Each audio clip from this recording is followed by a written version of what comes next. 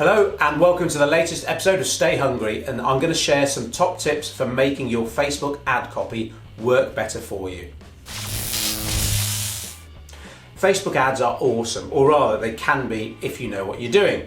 You need good targeting first, and then you need good copy and good imagery. The holy trinity, all three have to work together.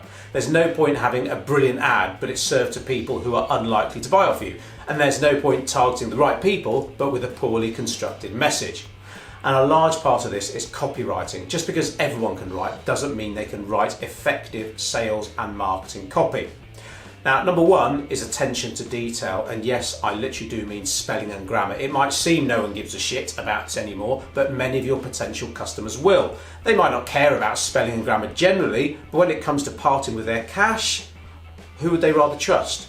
The business that can spell check or the one that can't be bothered? Number two, keep your ad copy short and sweet.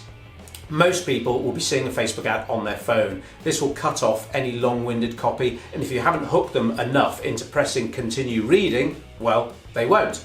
So trust me, keep your sentences short and punchy when it comes to the primary text of your Facebook ad. One or two short sentences is all you need if the goal is to click on the button to visit a web page. When we run ads for clients, we'll always keep the copy short and sweet, but to be safe, we will test them alongside a long form copy ad. So I'm not saying don't ever write a long ad, but don't ever only write a long ad. It's another beauty of Facebook ads. You can test numerous designs alongside each other, so always split test. Right, number three, identify a pain point. What is your audience's pain and how will you solve it? Don't bang on about being established since 1972. They don't care. They don't care that you've got 50 offices. How will you help them?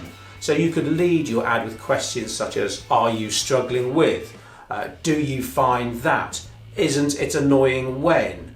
Those are the kind of questions, because remember, this is crucial. People would rather avoid pain than seek pleasure. When I was first told that, it shifted how I write sales and marketing copy overnight. And I guarantee that most of your competitors' ads will simply be talking about themselves, which is great for you. Identify the pain, even if it's a pain they're unaware of, and then present the medicine. Number four, include a couple of emojis. Simple one here, no matter who you're targeting, emojis will increase engagement. From a visual standpoint alone, they work. They help make an ad stand out, because getting people to stop scrolling is the first battle. And your choice of image will play a big part in that, but emojis will also play a part. And we sometimes use emojis in email subject headers too for the same purpose, because people's inboxes are cluttered. Right, fifth and final one, have a clear call to action. What do you want people to do? This is so important in all advertising. People are busy. Everyone's busy, in fact, whether they are or not, they think they are. Also, some people are just not that switched on, and I'm being very polite there.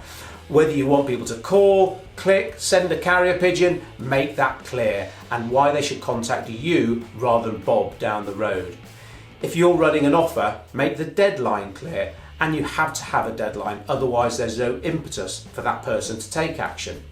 If it's likely people will ask questions, preempt them. Have these FAQs in your ad if possible, or certainly on the web page where you're driving them to. You don't want to be spending the rest of your life answering comments on Facebook where 90% will be from tire kickers and time vampires.